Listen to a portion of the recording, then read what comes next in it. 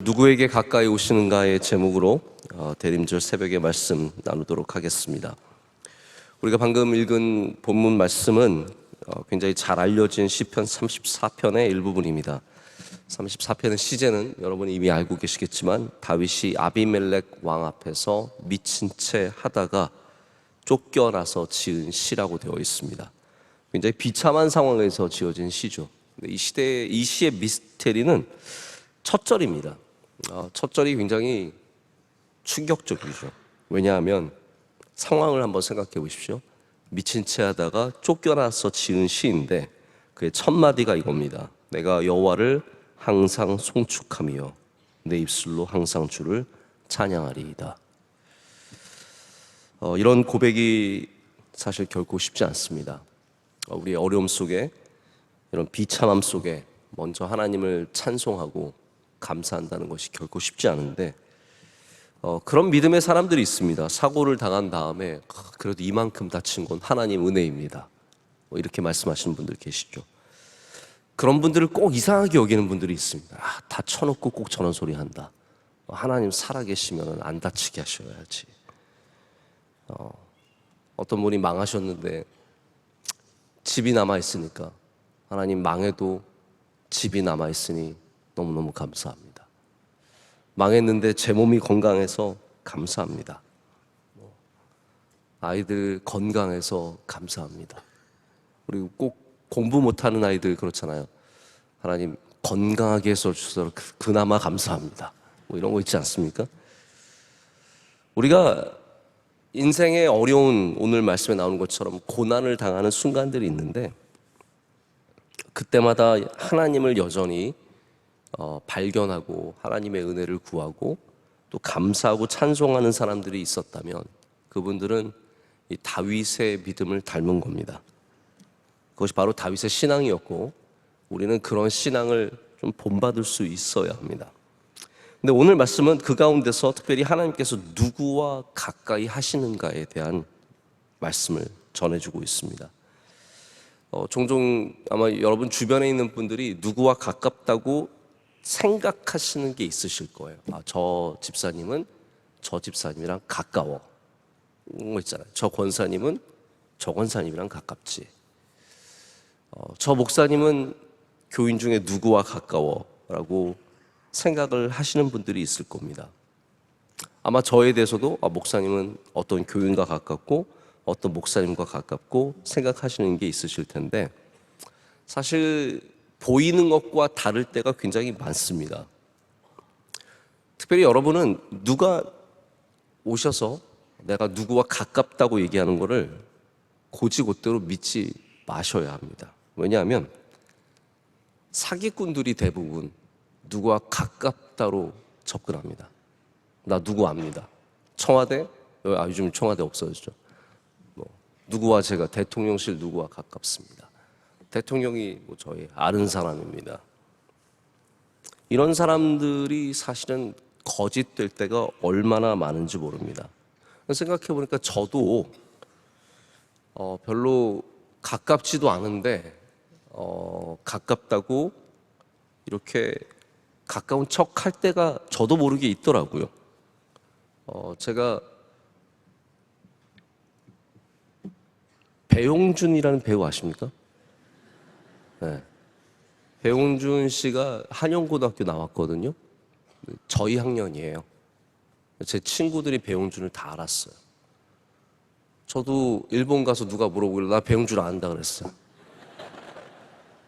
사실 하나도 모르거든요. 한 번도 만나본 적도 없고. 근데 제 친구들이 맨날 배용준 얘기하니까 저도 나 배용준 안다고. 지금 생각해 뭐하러 그런 소리를 해. 모르면 어떻고 그게 뭐 중요하다고 나를 괜찮은 사람처럼 보여주려고 꼭 누구와 가깝다고 우리가. 그래서 누가 누구와 가깝다는, 저도 뻥인데 저도 뻥치는데 얼마나 많은 사람들이 그런 거짓말을 하겠습니까?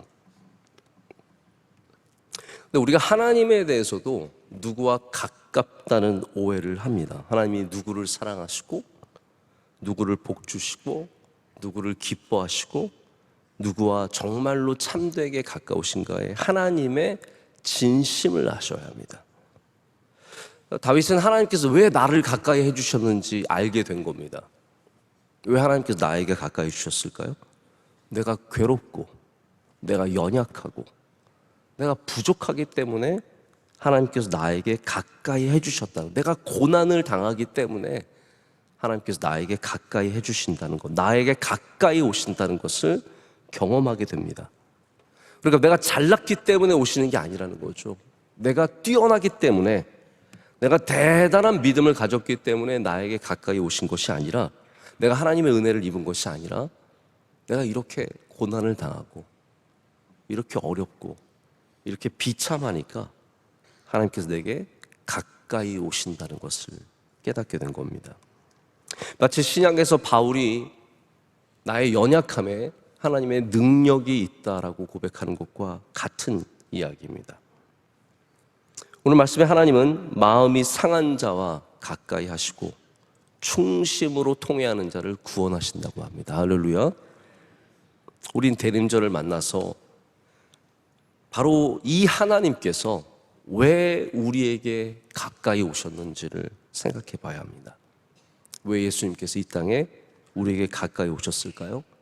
바로 우리의 삶의 자리가 상하고 아픔이 있고 고난이 있고 괴로움이 있고 이 세상이 망가졌고 이 세상이 불완전하고 이 세상에 수많은 고난이 있기 때문에 오히려 하나님은 우리를 멀리하지 아니하시고 우리와 가까이 하시기 위해서 오신 줄로 믿습니다.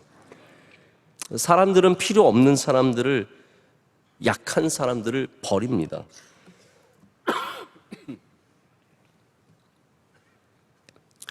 우리 원로 목사님의 정말 귀한 목회 철학 중에 하나가 사람을 쉽게 버리지 않으신다라는 겁니다. 아마 여러분들도 다 아실 겁니다. 약해도 품고 가시고요. 야, 저런 사람? 품고 가시고, 잘못해도 웬만하면 다 이렇게 덮어주시고 안고 가십니다. 제가 교회에서 항상 그런 원로 목사님 뵙기 때문에 저도 원로 목사님이랑 비교할 수는 없지만 그냥 제 마음에 그런 좀 부담감이 자리를 잡고 있습니다. 어려워도 힘들어도 저 사람 부족해도 같이 가는 걸로 늘 생각을 합니다. 근데 제가 그 정도라면 우리 하나님께서는 오히려 연약한 사람들에게 더 가까이 가주신다라는 거예요. 미친 척하고 쫓겨난 사람에게 주님께서 더 가까이 가주신다라는 겁니다. 그래서 고난 속에 위로가 있고 아픔 속에 주님의 역사가 있습니다. 또한 하나님께서는 자기를 높이 보고 자랑하는 사람, 내가 이 정도 하고 내가 이만한 능력이 있고, 그런 사람들이 아니라 충심으로 통회하는 겸손한 영혼에게 가까이 가신다고 하고 있습니다. 여러분, 충심으로 통회한다는 말은 뭐 회개한다는 뜻이지만 그 중심에는 충심으로 통회하는 겸손한 마음이 있습니다. 이 영혼은 겸손한 영혼이죠. 하나님께 예물을 드릴 때에도 하나님 받으세요 동전 뚝뚝 떨어뜨리는 바리새인이 아니라 두렙돈, 정말 이스라엘에 가면 그 통곡의 벽 옆에 박물관이 있는데 거기에 옛날 성전세 내던 그 동전들이 막 모여 있습니다. 막 어마어마하게 성전세 낸 돈들이 모여 있는데 저는 그거 보면서 야, 과부의 렙돈은 어떤 돈일까 생각을 해본 적이 있습니다. 화려하고 멋진, 남들 앞에서 나 이만큼 낸다고 뚝뚝 떨어뜨리던 바리새인이 아니라 정말 부끄럽게 와서 하나님 앞에 작은 나의 예물을 드릴 때 하나님께서 그 사람을 구원해 주시고 함께 해 주시고 은혜를 주신다는 것이죠. 대림절에 우리가 우리에게 가까이 오시는 예수님을 맞으려면 우리에게 이 두 자세가 필요합니다. 바로 주님 앞에 상한 마음, 그리고 겸손한 마음입니다. 그 마음이 있어야 우리가 가까이 오시는 하나님을 만나게 됩니다. 나의 연약함을, 나의 부족함을 주님 앞에 온전히 내려놓고 고백할 수 있는 영혼이 될 때 우리는 가까이 오시는 주님을 만나게 될 줄로 믿습니다. 오늘 또 19절 말씀은 굉장히 중요한 사실을 우리에게 전하고 있습니다. 의인이 고난이 많대요. 우리가 생각하기에는 의인이 고난이 없고 어려움이 없다고 생각하지만 성경적인 메시지는 의인도 고난을 당하고요, 그것의 정점이 예수 그리스도입니다. 주님은 의인이셨는데, 죄가 하나도 없으셨는데 온갖 고초와 고난을 당하시고 우리를 위해 죽으셨습니다. 할렐루야. 그리고 그 고난을 당하신 예수 그리스도를 아버지 하나님께서 건져 주십니다. 이게 성경의 메시지입니다. 요셉이 고난을 많이 당했습니다. 그가 죄인이어서 당한 게 아닙니다. 그가 의인이었지만 고난을 많이 당했습니다. 욥이 고난을 많이 당했습니다. 그가 천하에 없는 의인이었는데 고난을 많이 당했습니다. 다윗이 끊임없는 고난 속에 살아갑니다. 선지자로 부름 받았으면 고난 당할 것은 당연히 각오해야 되고 어마어마한 환난과 핍박과 아픔을 지나가게 됩니다. 가정에 어려움이 닥쳐오고 일하는 곳에 어려움이 닥쳐오고 그런 일들이 끊임없이 이루어지는데, 그런 의인, 하나님을 믿는 사람의 소망, 여러분 의인이라는 게 별거 아닙니다. 하나님을 믿는 사람, 할렐루야. 하나님을 믿는 그 사람의 소망은 이거 다 지나갈 것이다가 아니라 하나님이 나를 건져 주실 거다입니다. 하나님이 나를 건져 주신다는 것, 거기에 우리의 진정한 소망이 있습니다. 다윗이 미친 척하고 아비멜렉 왕 앞에서 쫓겨났을 때 그가 가졌던 유일한 희망과 소망이 무엇이겠습니까? 여호와 하나님이시죠. 하나님밖에 소망이 없는 삶입니다. 여러분, 우리는 이 세상에 아프고 괴롭고 참혹한 소식들을 오늘도 듣고 있습니다. 전쟁은 그치지 않고 수많은 아이들이 흰 천에 쌓여서 죽어나갑니다. 우리 사회는 불안합니다. 갖가지 가슴 아픈 일들이 우리 주변에 일어나고 있는데 또 참 좋은 분들이 아프세요. 저를 힘들게 하는 게 그런 부분들입니다. 얼마 전에도 저희 교회도 이제 늘 그런 일들이 있는데 이렇게 아이 갖기를 간절히 소망하는 가정이 있었는데 나이도 그러다 보니까 좀 들었죠. 근데 임신이 됐는데 아주 위험한 곳에 착상이 된 거예요. 결국은 엄마의 생명이 위험할 정도로까지 갔는데 감사하게도 그래도 잘 해결이 됐지만 너무 마음이 아프죠. 우리 교회 집사님, 참 잘 믿는 부부 집사님이 있는데 중학생 여자아이가, 그 어린아이가 크론병에 걸렸어요. 면역 체계에 문제가 있는 거기 때문에 고생하며 사는 거거든요. 우리 장로님 중에 아프신 분이 계시고 총무부장 하면서 여선교회 남선교회 하시면서 찬양부, 교육부 갖가지 봉사를 하고 수고하는 분들 가운데 힘들고 어려운 분들에게 제가 뭐라고 할 말이 없습니다. 예수님 내가 왜 이렇게 믿는데 고난이 있냐고 물어보시면 저는 드릴 말씀이 없습니다. 근데 성경은 이렇게 말합니다. 의인은 고난이 많다라고 말합니다. 근데 진정한 사실은 이 세상에 고난이 많다는 것이죠. 왜냐하면 이 세상은 불완전합니다. 여러분 꼭 아셔야 됩니다. 이 세상은 악하고 불완전하고 약합니다. 그래서 우리 이 세상에 살아가는 우리는 고스란히 그런 세상의 약함과 악함과 불완전함에 영향을 받을 수밖에 없습니다. 다만 우리의 소망은 이 세상이 완전해지고 강해지는 것이 아니라 우리의 구원자 되시는 예수 그리스도의 은혜를 입겠다라는 것입니다. 그래서 우리는 고난 속에서도 예수님을 기다립니다. 할렐루야. 예수님만이 우리의 소망 되심을 믿기 때문입니다.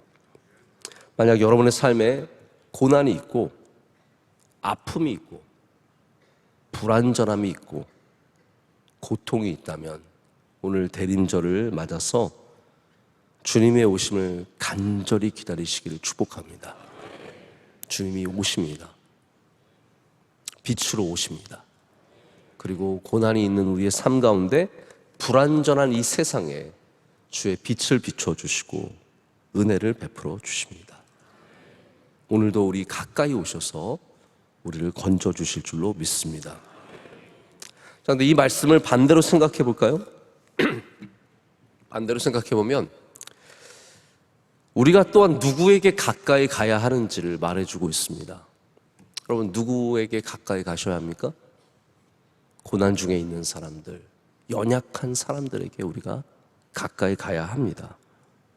여러분, 성탄절 되면은 저도 어렸을 때 성탄절에 꼭 그런 봉사 많이 갔던 것 같습니다. 요즘은 좀 우리 교회도 너무 커지다 보니까 학생들이나 교인들이나 그런 데 같이 가기가 쉽지 않은데 우리 보육원으로 가기도 했고, 전 아직도 이렇게 보육원 가서 그 어린 아이들 봤던 기억이 너무나 생생합니다. 막 1살짜리, 6개월짜리, 그 중에는 우리가 보통 언청이라고 하죠. 입이 찢어진 아이들도 있었고, 아, 그래서 버림받았나라는 생각을 가지고 되게 마음이 아팠던 기억이 아직도 생생합니다. 우리가 군부대로도 가고 불우한 이웃을 찾아갑니다. 여러분, 왜 그렇습니까? 연말이라서 그런가요? 아니, 그게 원래 성탄의 참 의미입니다. 연약한 자들에게 가는 것, 고난이 있는 곳에 가는 것, 이게 사실 성탄의 진정한 의미입니다. 여러분, 심지어는 일회성이라도 괜찮습니다. 사람들은 일회성에 대한 비난이 굉장히 많습니다. 아, 그거 보여주기 위한 거예요. 일회성이다. 한 번 하는 거다. 저의 목회를 아시는 분들은 아시겠지만 저는 체질적으로 쇼하는, 뭐 이렇게 막 이러는 거, 쇼, 뭔가 보여주기 위해서 하는 걸 별로 좋아하지 않습니다. 하는 척 하는 거, 그런 거 별로 체질적으로 맞지 않습니다. 그런데 일회성이 다 나쁜 것만은 아닙니다. 왜냐하면 그 시간을 통해서 우리가 그분들이 변하는 것보다 더 중요하게 내가 변화될 수 있는 기회를 얻기 때문입니다. 내가 변화될 수 있거든요. 우리 이번 여름에도 단기 선교를 많은 우리 청년들이 갔습니다. 캄보디아도 가고 에티오피아도 가고 일본도 가고 여러 곳을 갔는데, 우리가 기대하는 것은 한 번 가서 그 지역을 엄청나게 변화시키는 게 아니라 씨를 뿌리러 가는 겁니다. 할렐루야. 그러면 우리가 선교는 씨 뿌리는 일이에요. 기르시는 분은 하나님이시고 열매 맺게 하시는 분은 하나님이시고, 우리 끊임없이 씨를, 눈물로 씨를 뿌려야 되는 것이 선교라고 저는 생각을 합니다. 그런데 거기에 저는 뭐 캄보디아 한번 가서 뭐 캄보디아 아이들이 막 1000명이 예수님 믿고 그런 일들도 있겠지만, 어쩌면 제가 더 바라는 것은 뭐냐면 거기 간 그 청년이 하나님 정말로 만나고 선교의 능력을 보게 되고 은혜를 받는 것, 그것만으로도 어쩌면 선교에 큰 열매가 맺힌다는 생각을 가질 때가 있습니다. 여러분, 우리가 누군가에게 가까이 감으로 그것이 누군가 말하는 일회성일지는 모르지만 우리가 조금이라도 주님의 마음을 알게 되고 그로 인해서 내가 변화될 수 있다면 그것 또한 저는 분명히 은혜가 있다라고 생각을 합니다. 말씀을 맺습니다. 오늘 말씀은 고난 중에 있는 다윗에게 찾아오시는 하나님에 대한 믿음의 고백입니다. 상한 자를 찾아오시고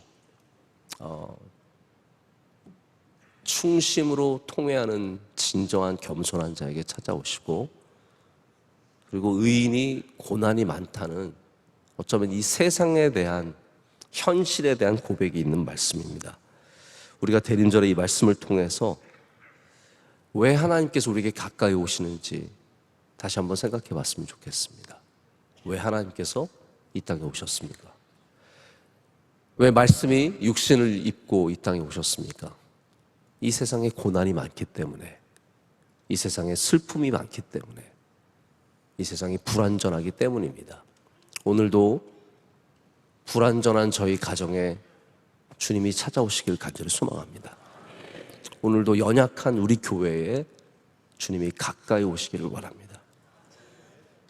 충심으로 통회하는 여러분 심령에 예수님께서 가까이 오시고, 여러분들도 이 연말에 연약한 자들과 가까이 해주시고 사랑을 나눠주시고 빛을 비춰주시는 은혜의 주님의 종들 되시기를 축복합니다.